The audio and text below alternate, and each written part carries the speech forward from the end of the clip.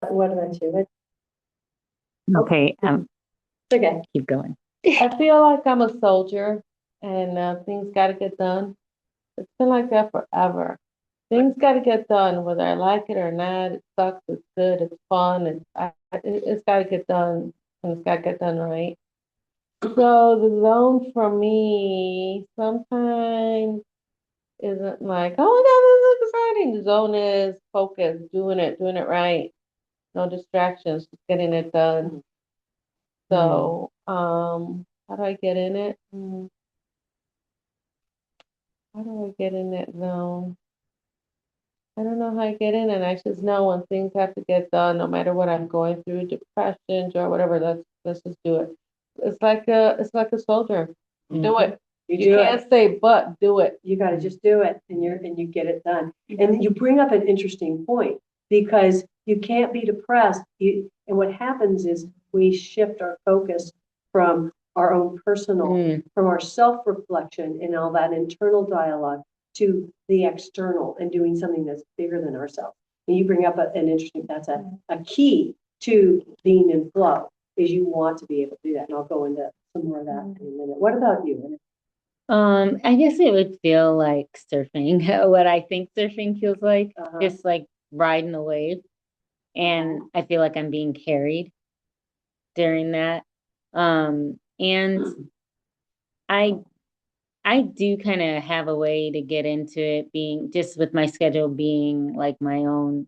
I pretty much what's the best way is if I have a list and it's prioritized and there's nothing getting in the way of the priority, like my dogs or something. Right. Or my husband asked me to do something. But then other than that, like it's like, all right, I have the list. I know what's the most important thing, and there's nothing in my way now. Let's go. And so that's kind of feels like how it works for me. And then it can just carry me into whatever is the next thing on the list or whatever. Well, what's beautiful is we already know that feeling. We already have. Yeah. I mean, you said you have 100% rate at work, right? You've written 4 books. Like you said, I just like a soldier. I just soldier through and get it done. So we know what that is.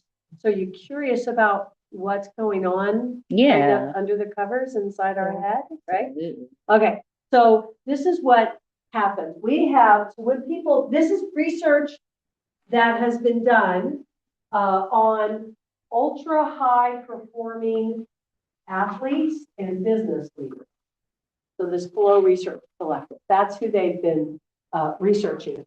And so they've researched what is the process that people go through to create these states, and then how do they maintain them? And then how do you get out of them? It's just as important to get out of it as it is to get into it. So here are the basics. One, it starts with, at the very bottom, we got to have curiosity, right? There's got to be a level of curiosity. I wonder if. And that's a thought in our head, right? That thought in our head is going to trigger a chain reaction in our neurology and in the emotion, and subsequently in the emotions we feel. So we want to have a level of curiosity. The way we start this is just make a list of all that, a brainstorming list of all the different things you're curious about. Are you curious about a world where all food is plant-based? Is that something you're curious about? Or, are you curious about First Peter and what does exile mean, right? Is that part of your curiosity? Is part of your curiosity, what is part of it? What's part of things that maybe you're curious about? I'm curious about a lot of things. Okay. I'm grateful for the technology this time of because I can Google and I get whatever answer I need to know. Right. So you can just be curious about anything, right? Okay. What about you? Do you have a curiosity? Some things that you're curious about? Yeah, curiosity, how to break this menopause myth. It's the first thing that Okay, My menopause myth. Yeah, Mm. like everybody says, sorry, middle age spread and all this and that. But I think God brought to my attention these other women who are in menopause and they don't have the belly, so I'm like, wait a minute, that's a lie. Yeah, something's going on. So you're curious about that. Okay, very good. What about you? What are you curious about? I'm curious about just like things like ballroom dancing and surfing. Ballroom dancing, surfing. Yeah. Okay. And like Two how I will things. feel. But for me it's kind of similar. Okay, wait. You're jumping ahead. Oh, sure. Okay, because you're doing exactly what I'm gonna say. Hold that thought. Holding. So you got ballroom dancing, you got surfing, right? You got lots of different things. Name two. Name two of them, Just two. First thing pop in your head, usually right. things that I gotta do. Things you gotta do. Okay, so you got your action items. Yeah. Okay, but what's something about the world you're curious about? Right now it's, about, Politics. Okay. All right. Yeah. Politics. All right. And you are menopause. We'll stick with that. All right. So we find this curiosity. This is what happens in our brains. I promised you some neuroscience. So this is what happens in our brains is when we get curious about something, we get two wonderful feel-good chemicals. And one of them is norepinephrine.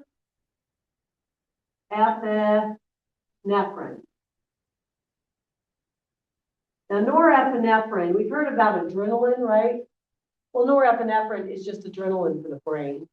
So it's brain adrenaline. So think about it that way. And adrenaline gives us that boost of energy, right? It's a little spurt of energy. And then also the other chemical is dopamine. Now, dopamine is the part of it's a chemical in the brain that gets fired when we make connections, when we see patterns. So A plus B equals C. Oh, that just gives you a little squirt of dopamine in your brain. So that's what dopamine does, is these two together create this curiosity, but they're fed by the idea of curiosity. So that gives us that's why it feels good, right? Is because we're getting this nice little mix of these two feel-good drugs. So we want to be curious about something. We want to have enough curiosity, and you can spend some time just taking yourself on a play date, right? You just take yourself on a play date and go find ideas to play with. It's not like you're going to, cure cancer. Right. It's not like you're going to completely change the world, but you're just curious. Just curious. So you want to find things you're curious about. Now, what you brought up, Dr. Joy, and I had you put a pin in it for a second, and that is you want to start finding the intersection. Where is this idea and this idea? Where do they come together? So like you said, surfing and ballroom dance. Well, where do they intersect for you? Like the body. So they have to do with the body. Yeah, right? and like pushing yourself like to the limits of what you can do. Mhm. But they're both to me fun, even though they can be difficult. So they're difficult, so they're a challenge, Mm-hmm. they're fun, Mm-hmm. and that it has to do with something physical with the body. Yeah. All right. So then so now you're creating something, right? Because you're taking two things that really could be argued that they're not the same. Because there's a lot of differences we could find. But you're finding the intersection where they are the same. And then that takes you to the next level. So menopause, what's a secondary interest with you? Menopause was the second entrance. Dancing, because I gotta get ready for my birthday party. Dancing. You gotta get ready for your birthday party. So you start getting curious as to where dancing and menopause, and maybe you start getting curious and you find the intersection between dancing and menopause. Like, could you eliminate the symptoms of menopause with dance, for example? Mhm. How could you You could start looking at, and building that curiosity of where those come together. So that's the idea, is to find the intersections. Now, you mentioned your to-do list. And I'm sorry, what was your other one? No, politics. Politics. yeah. So then you could start doing, some, and it's a creative exercise, right? It's not something we're going to be able to figure out all right here, but you might start looking at, where does what I do fit in with politics, and how does what I do educate what I believe about politics? And you might just start playing around with it. Again, Yeah. you're taking your brain on a play date, Mhm. and sometimes the play date is best done away from where you usually are. You want to find a place that's got some novelty to it, maybe a little different. One of the things Stephen Cutler says is, when he's reading, because he reads big stacks of books like that too, is he takes what he's learning about on the road with him, because he's pushed into a situation where everything's new and different. His body is in a situation where it's on high alert, right? Because that's what happens when we travel. That's why I like retreats. Yeah, that's why I like Because retreats, because it everything's- pushes your body into a higher alert system. And so then his brain is going to be more likely to make the disparate connection. So there's two kinds of thinking. There's analytical, logical thinking. And then there's divergent thinking, where we pull out an idea over here and an idea over here, and we go, wait, what if we were to be able to do this?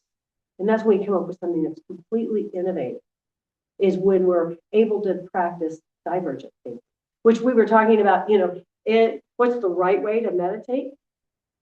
Well, given that there's, as many different ways of meditating as there are people, there's two general buckets that I would put these in. And one is the focus in on a single thing kind of meditation. And then the other is to allow whatever thoughts come in your mind, just notice them and let them pass in meditation. If we were to give those two terms, what two terms would you give them? Just a one word. This one is The first one I think is focus, focus. and the second one I know is monkey brain. Monkey brain, thank you. Yes. So we got focus and we got monkey brain, right? Now, the problem is, when we call it monkey brain, we think that's bad. Einstein didn't think it was bad. That's how he came up with the theory of relativity. Elon Musk doesn't think it's bad. That's how he designed his first rocket. Right? That's how he designed the batteries that we now use in the electric vehicle, was with divergent thinking. So here's what we do. When we are doing focused meditation, we're learning how to zero in on one specific thing. So we're training the brain to zero in on something. And if it gets distracted, it gets pulled back in, right? You're supposed to be focusing on your breath, and then you notice that your brain is gone someplace else, you go back to the breath, right? So that's focused meditation, and that's training your brain to focus in, which we need. It's good. This kind, which you're calling monkey brain, I'm going to call it divergent thinking, is that you sit and you just notice what you notice, and you don't grab onto any of it. You just notice it and let it pass. And then you notice the next thought and you just let it pass. So if you think about, your Aunt Geneva, you just notice the thought of Aunt Geneva. You don't think about, I can't believe she was so good ever. You just let it pass.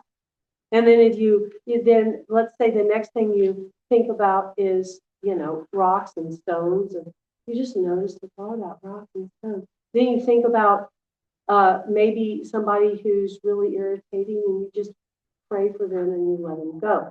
That trains your brain to notice what you notice and to be okay with it, as opposed to fighting it. Mm-hmm. Okay.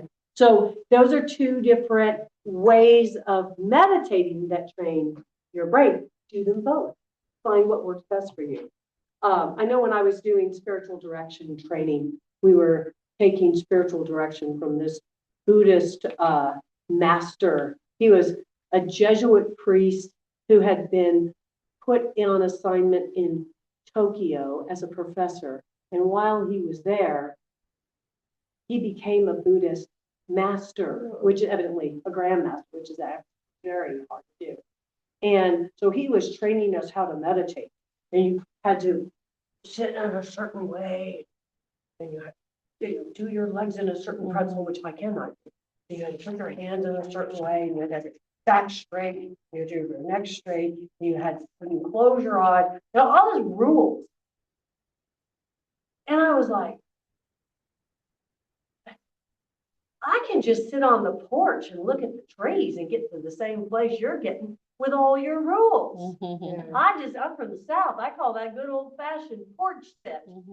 That's what I call it. And so whatever gets you to this mental state we're talking about, a flow state, then that's your method. So that's what you want to do, is find your method. So we're going to be curious. So curiosity is the first step in creating flow. With curiosity, we start finding those intersections, then we come up with a passion. So what are we passionate about? What are things that on a Saturday night with nothing better to do, and you don't have a television, which by the way, I haven't had a television in 5 years, refused to have one in my home. So you don't have anything you can watch. What would you be interested in? What would you be so passionate about that you would spend all day Saturday alone looking into? Reading. Reading what? Reading what? Or reading Bruce Lipton, Greg Braden. Okay, so Bruce Lipton, so the biology of belief, Greg right? Braden, science, spirituality. Science, Science, spirituality. spirituality. So the You see the science, topic. so the science of spirituality, and Bruce Lipton, the biology of belief, what's happening with belief, right? Yeah. Okay, so now we're starting to see a passion, aren't we? She's passionate about this topic. So you're going to pursue it on your own. What's your passion? Eden. Eden. Okay, so the Garden of Eden, what is it, and What is it, and what's being restored from it? What was lost? What are we regaining?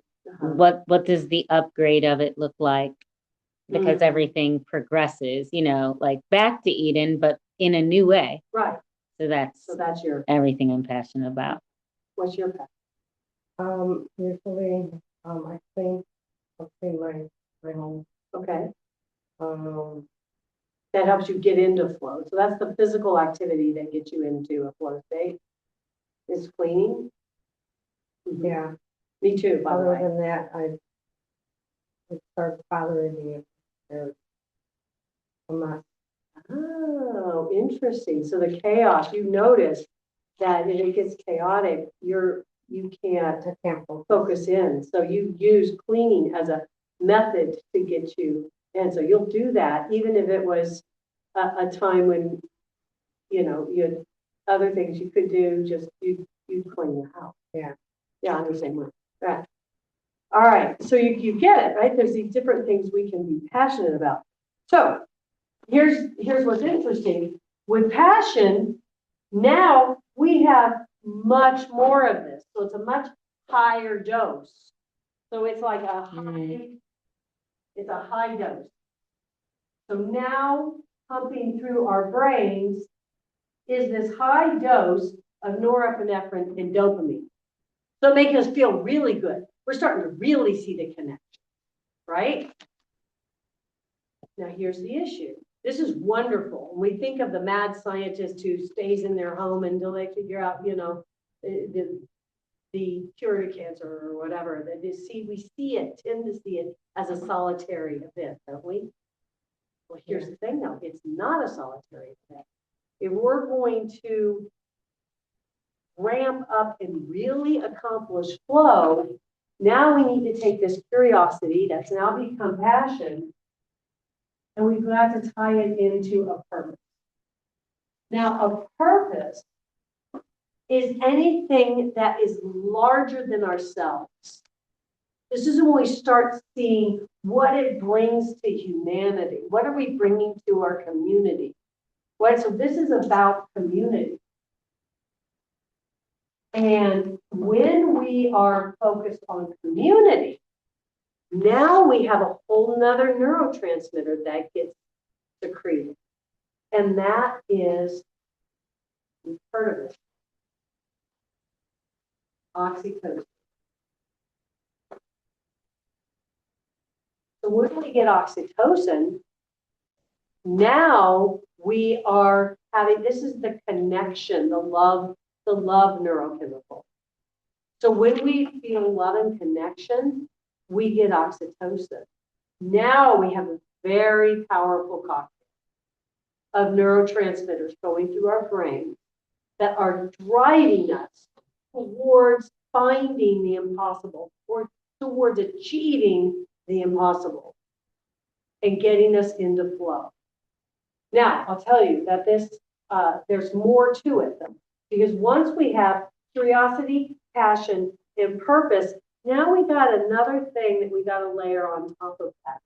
You mentioned this earlier, and that is autonomy. That's the freedom to pursue what it is you're passionate and curious about. That's going to help someone in your community or in the world outside of yourself. So when you have autonomy, when you have the freedom to pursue something, then you are now getting even more connection. And there's a couple of neurotransmitters that start getting secreted, and that's anandamide, and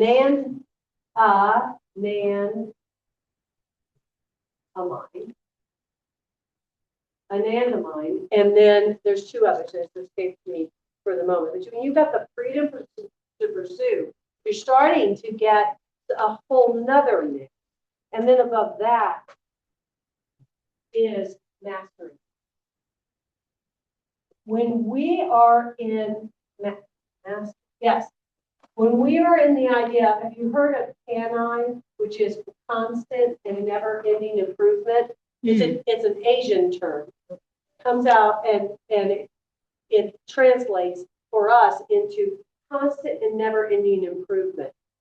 The thing is that it's not a finite game. This is an infinite game. So we're constantly pursuing more and more mastery to get better and better and better at what we do, knowing that we're never, ever done.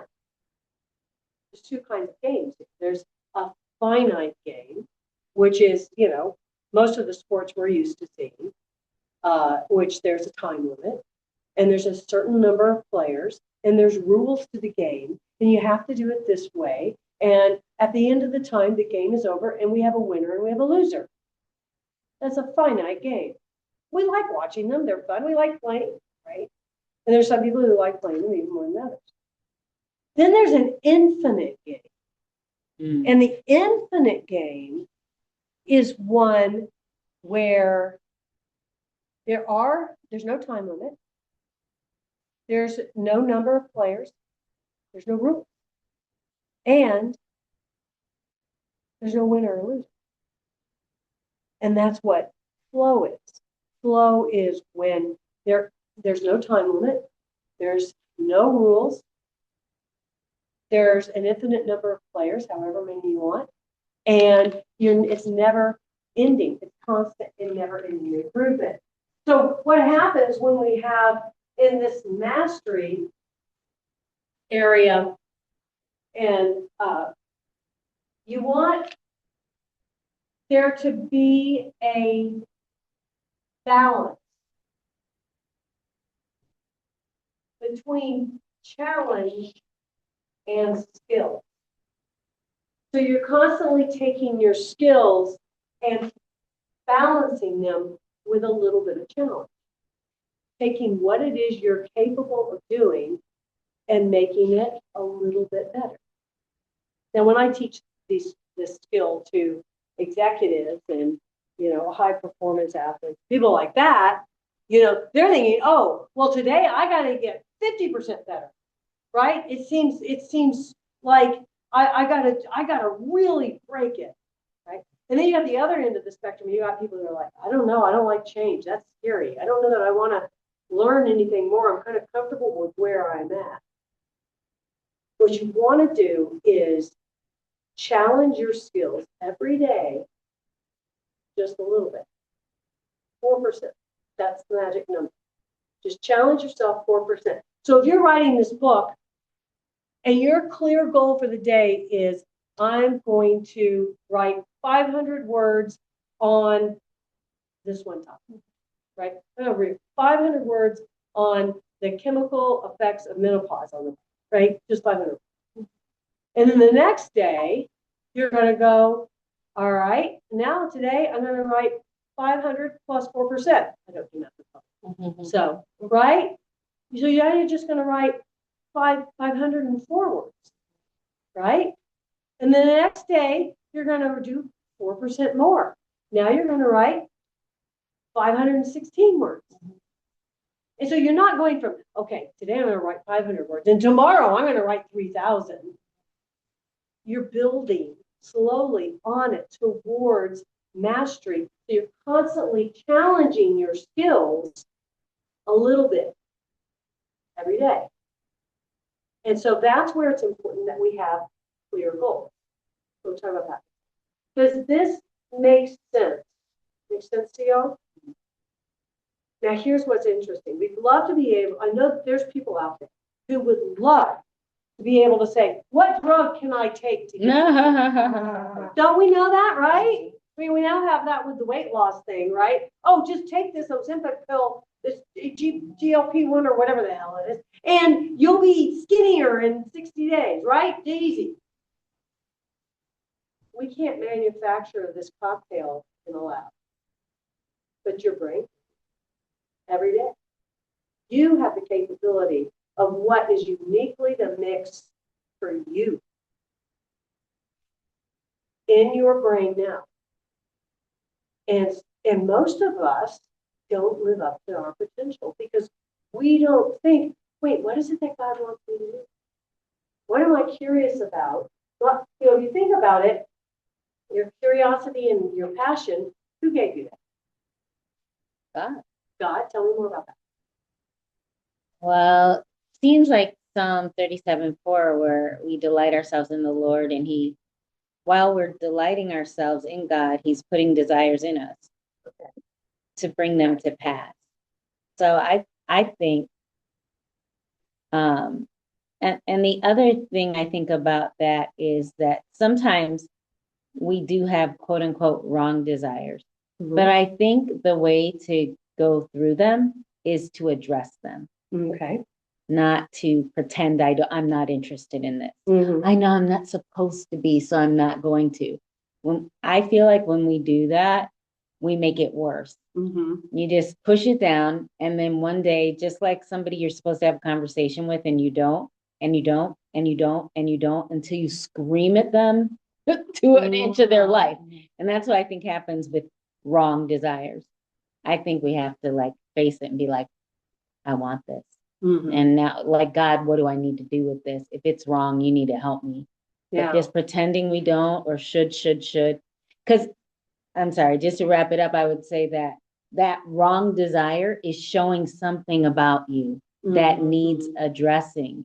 And first of all, you need to make sure it's wrong, because there's things we've been told are wrong that are not. Right. So anyway, it's a whole thing. So I think they come from God. Right. So you think, yeah, these come from God. So when we spend time in meditation and in prayer, God starts to reveal these to us. And then our job is to go take ourselves on a play date. I think Jesus loves being invited along on these play dates, right? Invite him along. Let him see the world through your eyes. By the way, he's got a wonderful sense of humor.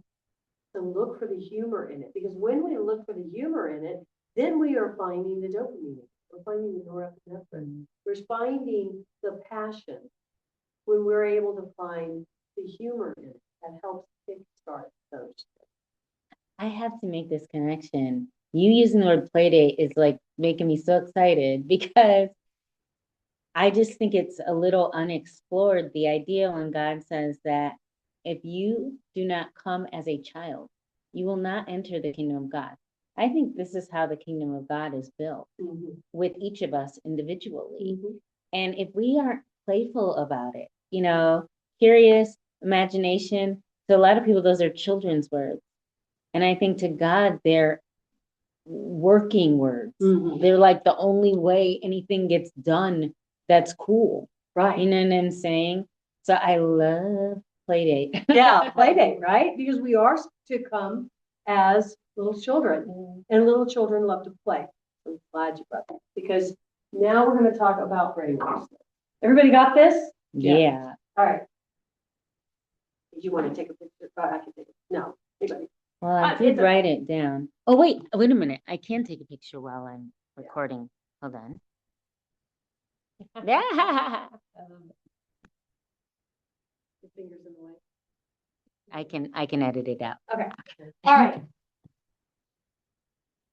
Now to talk about one of my favorite passions, which, by the way, passion, when we just sit in passion and we don't take it to the outside, the purpose, we Mm, run the risk of being navel gazers, and we run the risk of being completely absorbed in our own thing, and that leads to depression.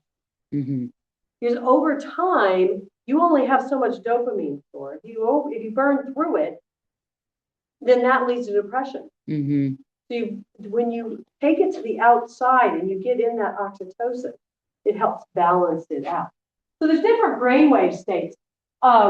Most of you right now listening to me are in what we call a beta brainwave state. So your brainwave, you can measure this with an EEG on your head. So we put little, monitors on your head, and they can have the device. You've seen those where it measures your brain waves, right? So right now, then you're probably in beta, which is just listening, understanding, you're just going through your day. Then there is alpha, and it's quite a bit slower, like that. And this is an alpha brainwave state. Alpha brainwave is a deeper learning state. It's one where you're focused in and you are not aware of everything else on the outside. That's your alpha brainwave state. And then below that is this one that's a lot slower.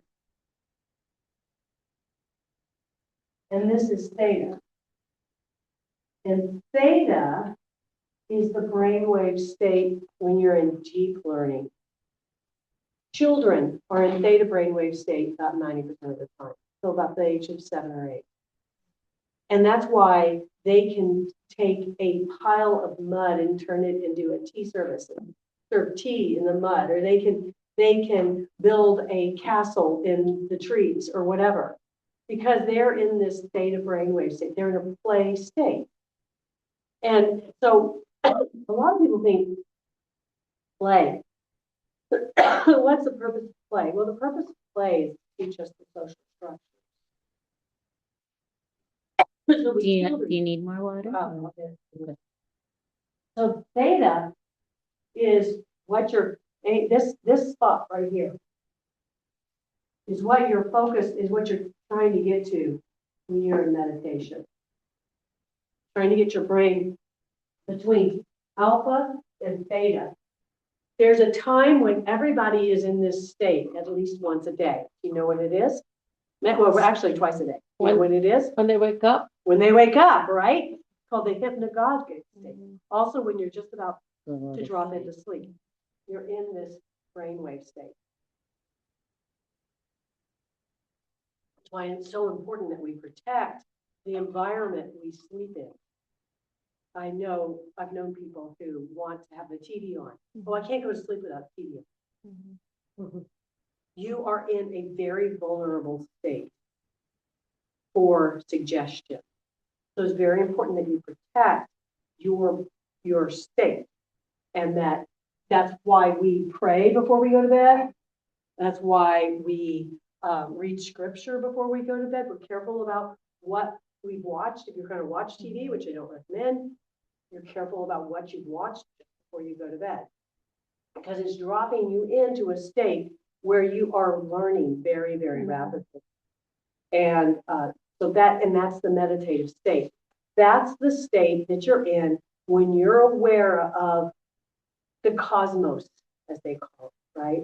You're able to really hear God, because you're not up here. When you're up here, you're not hearing God.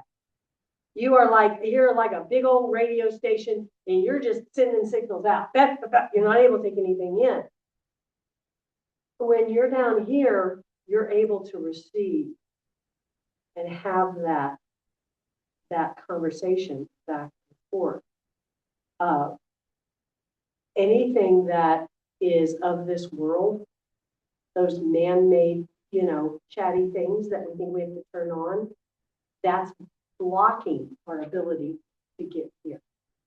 Now, then there's also delta brainwave state, which is kind of like this. And that's deep sleep. And I talked last night about that's the state where your brain is coming in and power washing out all the plaque, right? Is shrinking down the cells, power washing your brain. You've got to be in delta for that. And so it's very important we protect our delta sleep. And that comes early in the night. The dreams are in theta. Now there's a whole nother one that's really interesting. I don't know a lot about it, but the mystics tapped into this state. And it's the God state. And evidently it's like this. And it's called gamma. And gamma state is what the brain jumps to when it's gone from here to communicating with God, but you're not conscious of it. It doesn't carry consciousness with it. So there's these different brainwave states that then you tie in with these neurotransmitters. And now we've got a unique ability to understand what all's going on in our bodies. And so how do we use it? What thoughts, questions, comments do you have about all this? I've just thrown a lot of science at you. And I just love it. Okay. What do you love about it?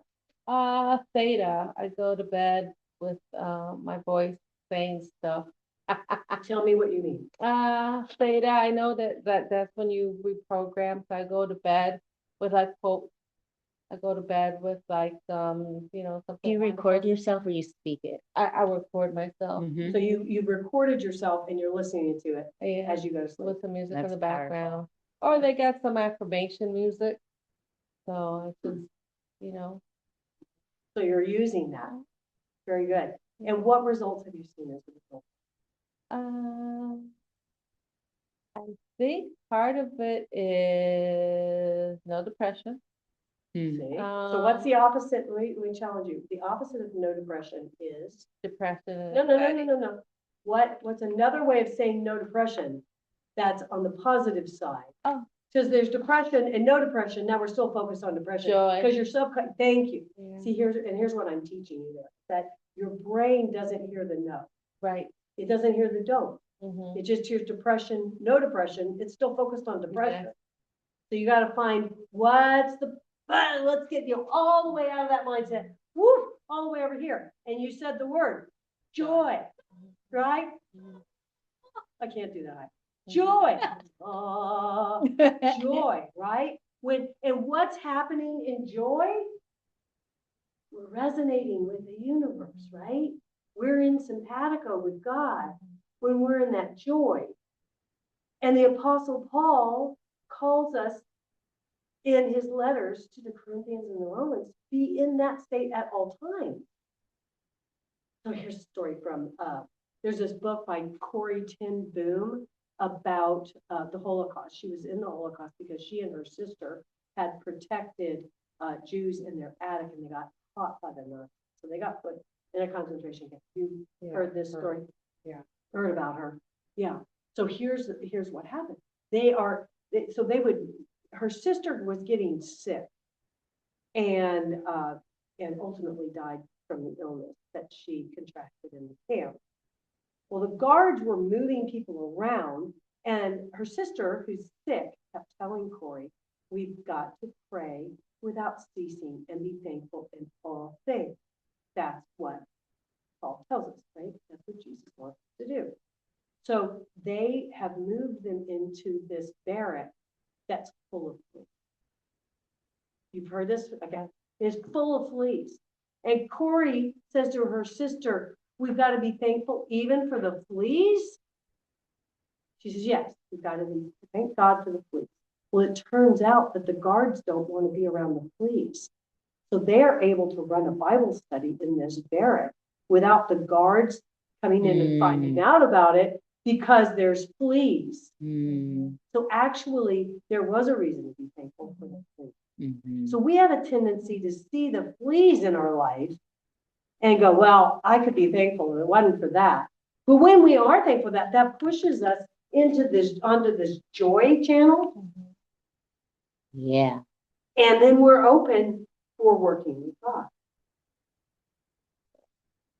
All right. How do we do that though? Just throwing a lot at you.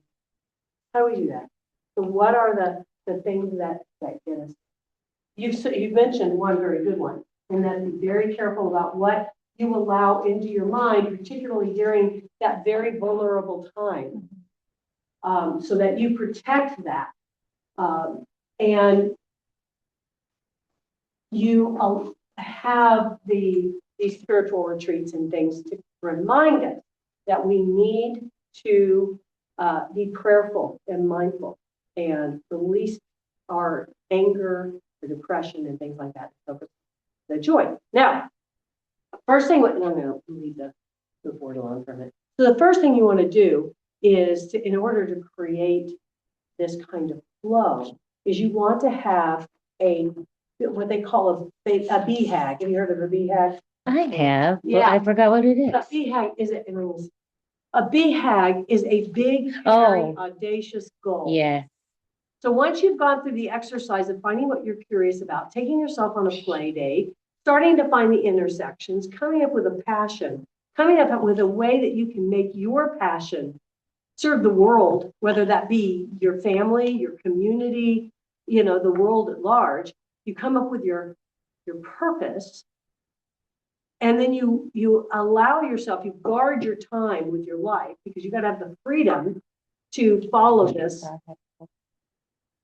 So you've got to have some freedom to pursue this. And you may go, oh, well, there's no way I can have it. I can tell you a story about that. But you've got to find some time to have freedom. And then you continually work towards mastery, knowing you're consistently challenging your skills just a little bit better every day. So now you've created a big, hairy, audacious goal. Whatever is big for you, your big I impossible. So you may say, well, I'm going to write 4 books. Well, that's impossible. Then if you keep saying that's impossible, what you do is you look at yourself with a little smirky smile, and you say, then I wonder how you're going to do it.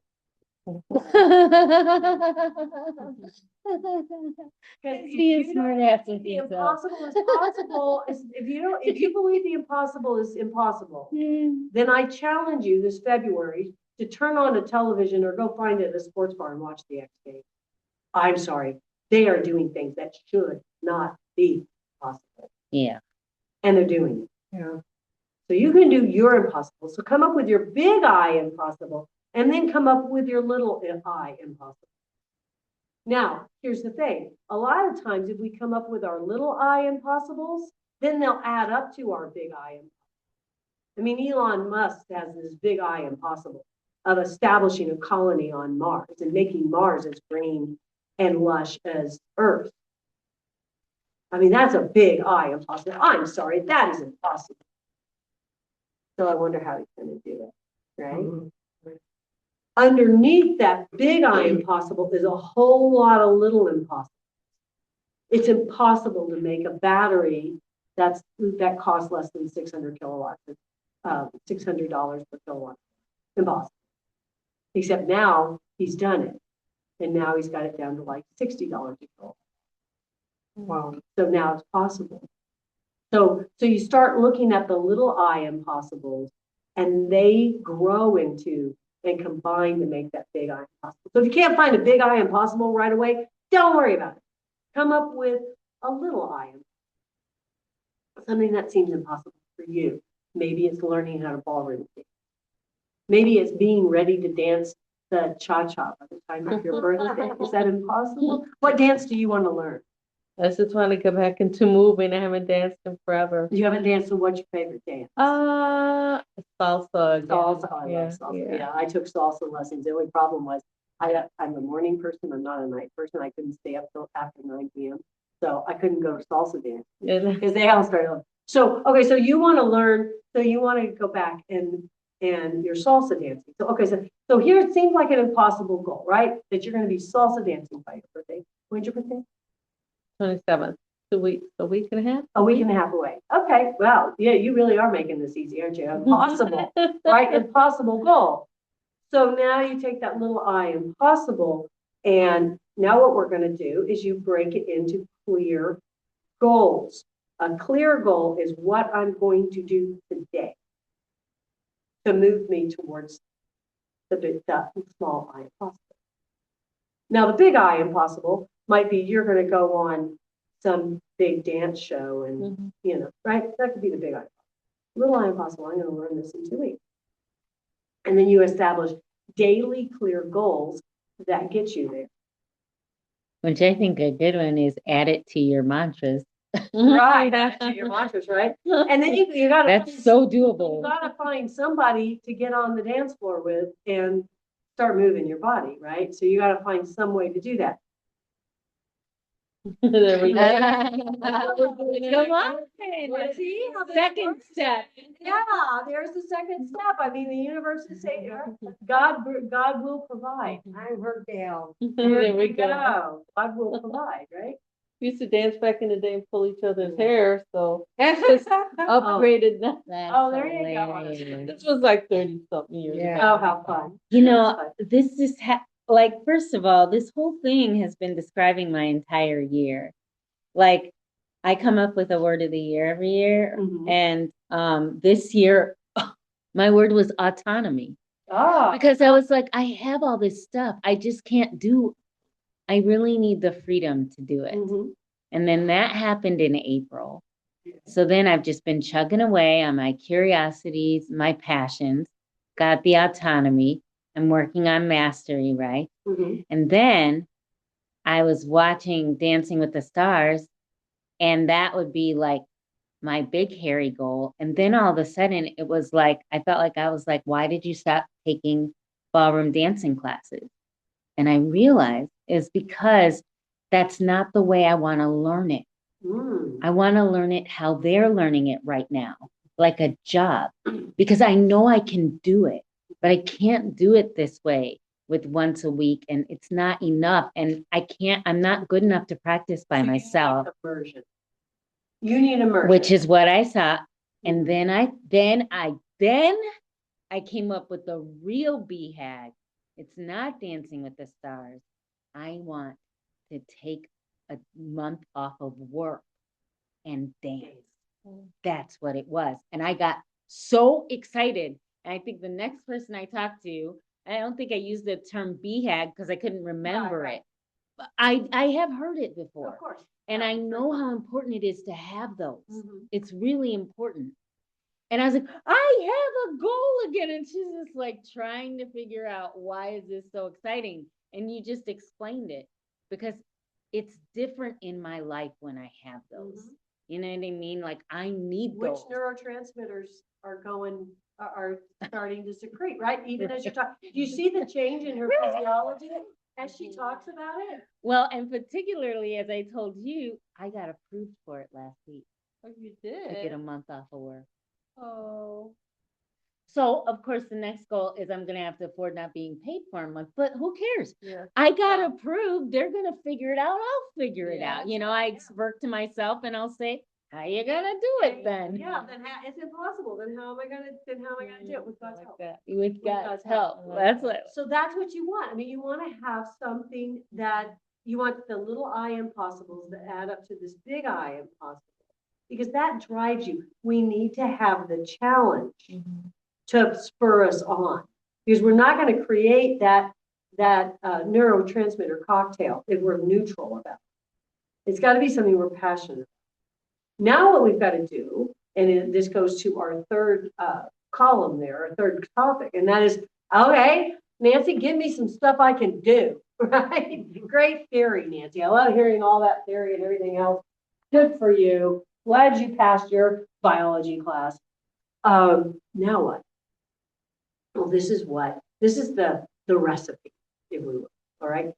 So with it, you want to design your life to create that flow state on a regular basis. You want to get into the flow state and out of the flow state. Like I said, you get high on dopamine for too long, you'll burn out your dopamine stores, and the next day you'll be depressed. And you won't know why. Why am I so bummed out? Well, because you just blasted through all your week supply of dopamine in one day. And oh, by the way, being in flow is exhausting. It's very exhausting. You've got to be ready for it. And also, it's not necessarily fun. It's a challenge. And sometimes with challenge, it's a struggle. And so you've got some of this push me, pull you kind of thing. You've got some persecution. Because with that autonomy thing, you got people who are going to tell you, you can't do that. That's a waste of time. You shouldn't be focused on that. What you really need to do is da da da da. You're always going to have these and smell the coffee. I wake up and smell the coffee. Oh, my mother-in-law, I told you about my mother-in-law, Dr. Camp. The thing she was always told as a child is, Florence, who do you think you are? I mean, what a way to just deflate a kid. Who do you think you are? What, you think you're some kind of a big shot? Going around wanting to get PhD. You know, she got this is what I gotta say about her. I make fun of her a lot, but it's all with love. She got her PhD in family systems theory when she was 60 years old. Oh, wow. And she Good still for had her. time for a 32-year career. That's awesome. And they were still calling her back for consulting after she retired at 92. So first off, this crap about retirement, and you're just going to play golf. I'm sorry, you know how many of those people just die on the golf course because they don't have a purpose? We're not made for that. There's no purpose. We're not made for that. That is not what God designed us to do. This whole idea about retirement is a bill of goods that man made up to be able to do labor negotiations and in the mid 20th century to convince older workers to give up part of their salary with the hope that you're going to get it later. We're going to invest it for you. And they rigged it because they knew the actuarial tables, 65 was the age most of them would die. So that's why 65, because back in mid 20th century, that was the longevity, but people didn't know that. We didn't publish that number. And so that's the whole idea about retirement. So if you want to bust through the menopause myth, bust through that myth, because it's bullshit. Yeah. That we've been sold for the last 100 years. It's been 100 years. And they told us they were going to have Social Security for you and everything else. Well, they took the money and ran. So not to get political, but they took the money and ran. Yeah. So it was a bill of goods. When I say a bill of goods, that's when they would sell somebody that you're going to get all of these things, but they never actually gave it. That's where that term comes from, a bill of goods. We got sold. You're going to get all of this if you just give up part of your salary now. And then that was also a way to get workers to retire at 65 because they were higher paid so that they could go and hire a bunch more lower paid workers. It was all a big myth that the world bought into. So I encourage, even the United Methodist Church has a retirement age of 65. Oh, wow. For pastors. I'm like, wait, That's when you just start knowing anything. If I know something, why are you putting them out to pasture when, no pun intended, when they just are getting to be good pastors? So Anyway. So what you want to do is create a life that makes it so that you can get into flow, stay in the flow, and get out of flow state. So here's how flow works. I told you I was going to do this. I am. Okay. So you've seen surfers on TV, right? And they want to catch a wave. I'm terrible on it. That looks more like a duck. But anyway, they want to catch a wave. Well, when they want to catch a wave, they can't start swimming now and catch this wave because it's already crested. So what they have to do to ride a wave, if they look at the ocean and it's doing this, and they start swimming out. Well, because of a big wave, maybe it's coming, they're pushing against the current. And this is called resistance. And we get massive resistance when we try to get into flow. We start paddling out. We're starting to get into, we've got our goal. I'm going to write 500 words on the chemical effects of menopause on a woman's body. I'm just going to write 500 words. All of a sudden, it's like, yeah, but first I got to go get a cup of coffee. Wait a minute, I think I need to go pee. Wait a minute, I need to go text my daughter because, right? That's the resistance. And the thing is, we got to create a system that helps us with this. So we got to put a policy around it because if things aren't working, we need a policy, right? We need rules around it. So rule number 1, when you're going to do a flow state, and you've got a clear goal for that flow state, you've got to remove all distractions. If you work in a system where you can't put up a sign that says, leave me alone, I'm flowing, Stephen Kotler says it with a little more color than I do. Then you've got to find another time to do it. I was coaching a gentleman who is the head project manager for a huge construction project. It's the redesign of Terminal 1 for JFK. And he's doing this huge redesign. Well, the problem is people keep coming as he just starts to get his work done, the stuff he's got to get done, because he's the project manager, he gets interrupted by this subcontractor and that subcontractor and this employee and that employee, right? And so he gets frustrated and he gets gruff. He starts biting people's heads off because he's trying to get his work done. Just leave me alone. So he said, look, how if you just create a time when nobody's around that you're going to set it up as that's going to be your flowing when nobody's around. So we got to talking about his schedule. We found that first thing in the morning, before everybody gets there, he maybe has about 30 minutes because he's a real extreme early. Also, on Friday afternoons, everybody leaves at 1 o'clock. So the whole construction site is quiet. So he can use 1 to 4 as his deep flow state time. So we designed his calendar around where he's going to get flow done.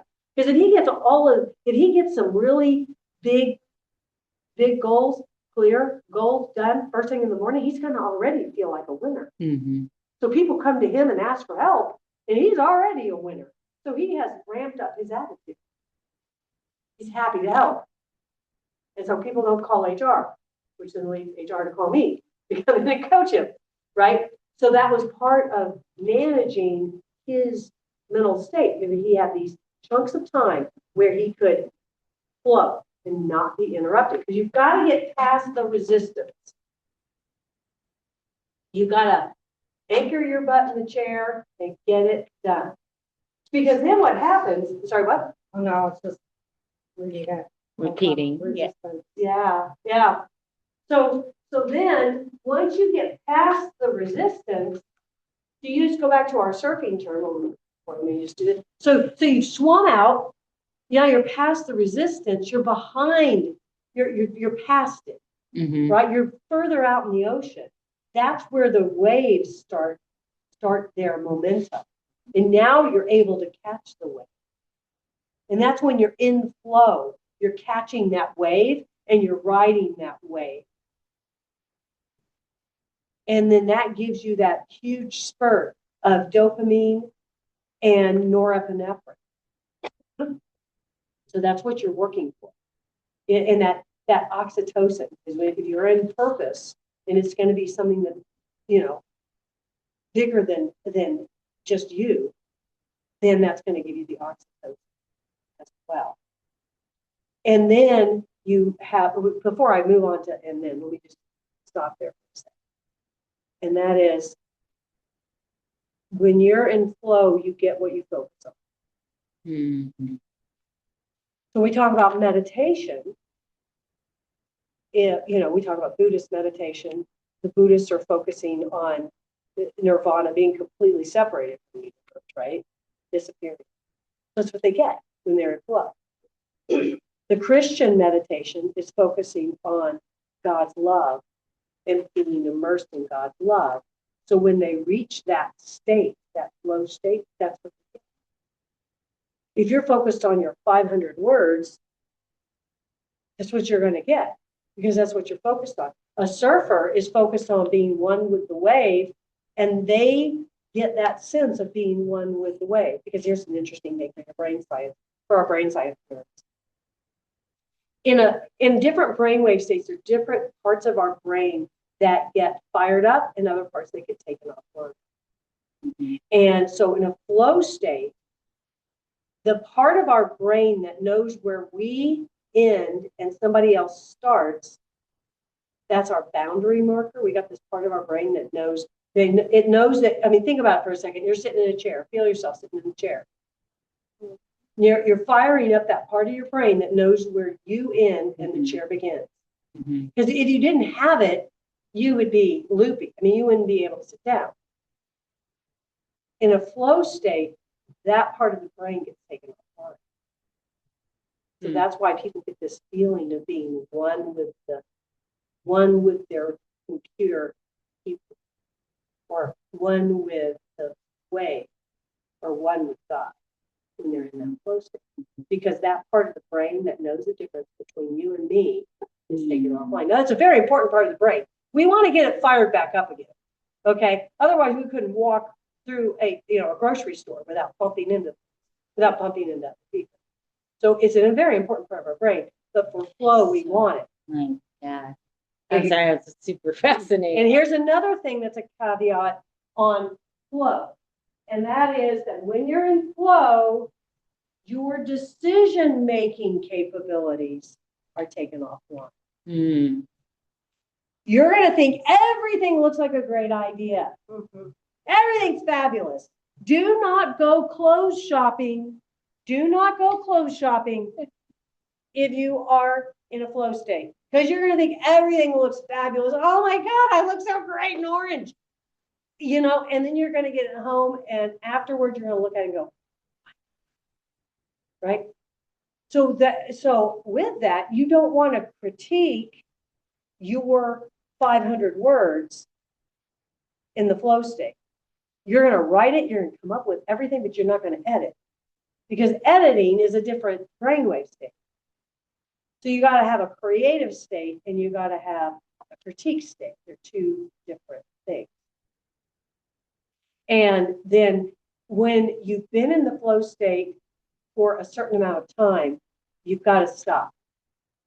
And this, because it's such an addictive state, we can have a tendency to want to stay there, and it can kill you. We know from swimmers or divers that have gone down deep. If they go down deep and they stay down there too long, then they start getting this euphoria that comes with death, and they wind up dying, and because they keep swimming deeper and deeper and deeper.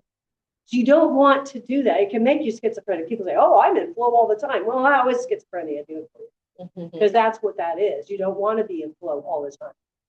So you've got to come out of it. You've got to have a way to rinse out your brain.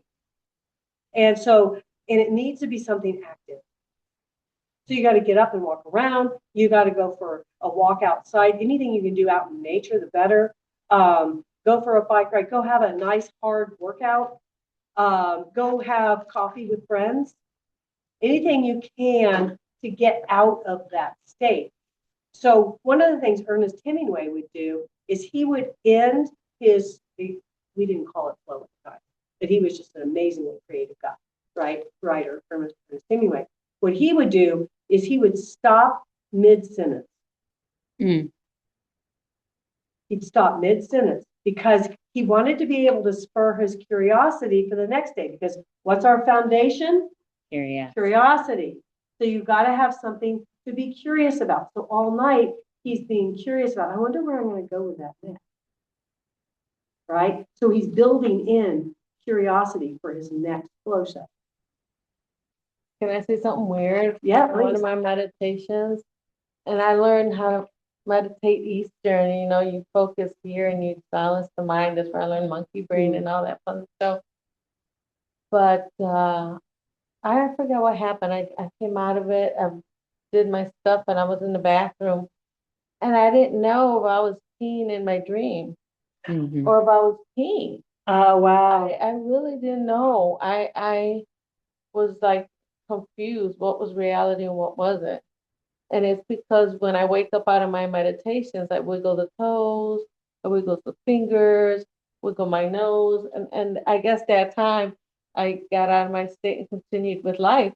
And I was scared that I was peeing in my bed because it's one of those things. I had to like, wait, where am I? Yeah. So weird. Yeah, you have to awaken up, back up the senses and get anchored back into this world so you don't float away. Yeah. Right? Yeah. Because that's a really good example of how that works and why we do all of those things to get you anchored back into this world. Because you don't want to stay there. And over time it can be detrimental. So you've got to be able to pull yourself back. Yeah, that's really funny that you just were like, wait, am I still in that? And that's what happens when we get in that state when you're driving down the freeway and you know where you're going and you start thinking about something else and you'll almost miss your exit. That's because you're in that state. You are not in your body. Subconsciously, we've all been driving for long enough that our autopilot has taken over, right? So we're not hitting things, but we're not consciously aware of it. And then when we suddenly realize, oh, there's my exit, that's a warning light on our dashboard. That's our subconscious mind going, wake up, wake up, right?